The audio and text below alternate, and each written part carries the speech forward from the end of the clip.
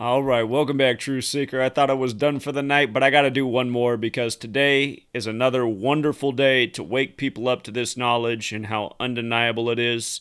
So, we're going to go through some of the top headlines from the death of Larry Flynt, who's dead on the date written 10/2 on his 102nd day of his age, to McDonald's announcing that they're bringing back orange drink today when orange has the gematria of 102, to the story about the Coast Guard rescuing the 3 Cubans who survived for 33 days on coconuts. Cubans, coconuts, words that start with the third letter C, but Cubans got that 102. Robert F. Kennedy banned by Instagram for fighting vaccine tyranny. Huh. How dare I say that? Vaccine tyranny. There's a good way to get your channel taken down this day and age. For putting out misinformation about vaccines. The only way you're allowed to talk in the Orwellian age of 2021 in the time of the Jesuit takeover. But taken down by Instagram 102 on 10/2. Mark Cuban in the headlines today for battling the national anthem. Of course, Dallas Mavericks got that 102. They mentioned in the article that, there's been 13 home games where they didn't do the national anthem. Think about it. 13 home games. How many stripes on the flag? Of course, 13, like Dallas is 13.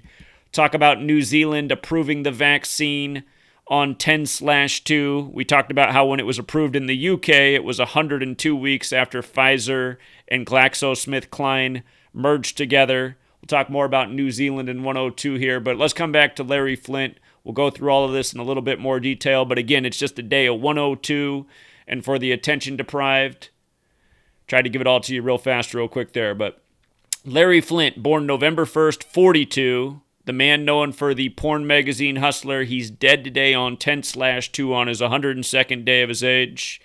And again, the Jesuits really like this number 102. Has a lot to do with war. And realize there are all sorts of different forms of war. There's psychological warfare, and I'd say in a way porn fits in there. How do you keep an enslaved population who's not super happy with the way things are? How do you keep them content in their seats, not fighting back, essentially creating their own war to overthrow tyranny? Well, one of the ways is pornography, saturate the world with good-looking women, naked women, keep people just, content enough right where they are. And I guarantee you there's a whole lot of people in this world who are satisfied just enough by all the free porn at their fingertips. Larry Flynt, a part of this agenda, but definitely not responsible for it, just a part of it. Again, the Jesuits in 102, it's a phrase that connects from their translated text, Art of War, to World War, to the American Civil War beginning on the 102nd day of the year, to 9/11 lasting 102 minutes and taking place 102 days after the attack was simulated by the U.S. government. But notice, in the language of Gematria, pornography in Jesuit order. Again, it's the Jesuits who gave us the language, who gave us the calendar, who control the world the way we know it. But look at it. Pornography has the values of 72, 144, 153, just like Jesuit order. 72, 144, 153, and then the only ciphers where they differ, 45 and 54, reflections of each other. Anyhow, Larry Flynt's dead at 78. His birth name, Larry Claxton Flynt, 78. The word Jesuit, 78. Also 42, like how he was born in 42. And then if you just do Larry Flynt alone, of course, it's 56, like Society of Jesus. Again, McDonald's today, their chief supply chain officer, Marion Gross. And talk about mockery, you guys. McDonald's, their chief supply name officer's surname is Gross. She comes out and says they're bringing back the orange drink today. Orange has the gematria of 102, like 10/2. Orange also has the gematria 33, and today had 33 date numerology. Shown you a million times before how these corporations operate by the code, perform ritualistically by the code. And again, a lot of the times it does seem silly. I mean, do you really need to announce that orange drink's coming back by the numbers? Doesn't feel necessary to me, but regardless, that's how they do it. And again, just stories like this. 3 Cubans rescued after 33 days of eating coconuts. Cubans 102. And then again, the image they put out. I mean, you take a look at the image put out for the story and you go, okay, when's this image from? This is supposed to be recent news? This looks like a photo from decades ago. You know what I mean? Why does the media treat us like we're so stupid every day? Why do they manufacture stories that essentially have no bearing on anyone's lives? Again, part of it's just to fill up our heads, the latest distraction, but truly a lot of it seems like people speaking in riddle, in code, mocking us, playing us like we're stupid, you know. They call it programming for a reason. And, you know, most people, they're just so used to it, it just feels normal. And again, Robert F. Kennedy banned by Instagram today on 10/2, Instagram 102, news by the numbers. He comes from the Jesuit Catholic family. A lot of people think he's controlled opposition. I honestly give Robert F. Kennedy Jr. the benefit of the doubt. You know, I've written him a few times in my lifetime. He's never responded back to me. I really wish he would help us out. But I can't complain about the information he puts out. To me, he puts out really good information. He always makes really good arguments. He is invested in the political system. He still does vouch for the medical system somewhat. But man, if you're looking for anyone to bring a good argument for, you know, what's wrong with some of the things that are being injected into the children and people of our society, I don't know if anyone's doing a better job than Robert F. Kennedy. So, banned by the numbers. Banned by the numbers.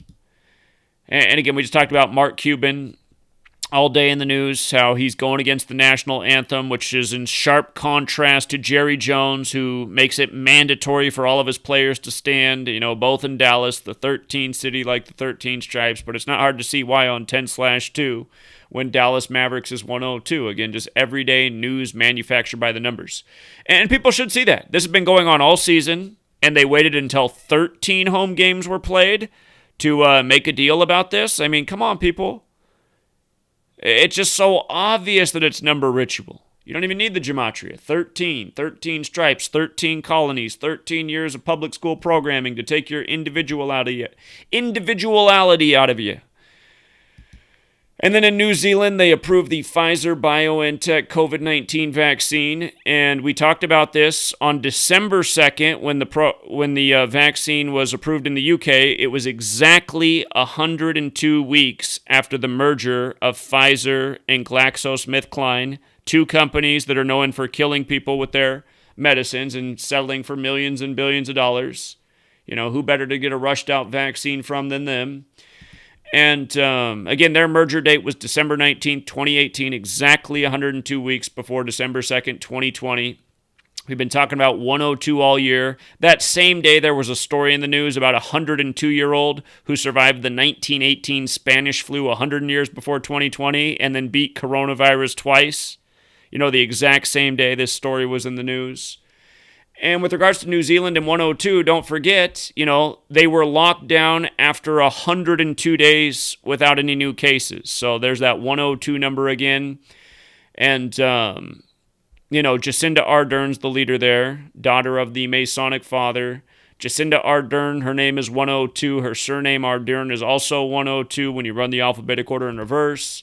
And Wuhan, China's 102. And don't forget that the day of the military World Games in Wuhan, China, October 18th, 2019, that was the day of event 201, the reflection of 102, the coronavirus outbreak simulation essentially put on by the Jesuit order when the Jesuit order is 201 and they love 102 and 201.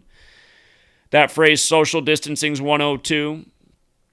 And realize these are all forms of warfare, psychological warfare. I mean, we all know that phrase, united we stand, divided we fall. Have you ever seen people more divided? You know, everyone's afraid of each other. Everyone's wearing a muzzle over their face. You know, I remember standing in the post office before the days of coronavirus. People would talk to each other and chat it up. Now what do? I'm in the post office every day sending off stuff. Now they just sit there quietly with their mask on. You know, if anybody says anything, it's, "Hey, did you forget your mask?" "No, I did not. I don't wear a muzzle. I don't wear a muzzle, and I don't listen to the TV or government or any of this crap." Uh-oh. I'm going to get another strike for violating the medical guidelines put out by the World Health Organization out of Switzerland.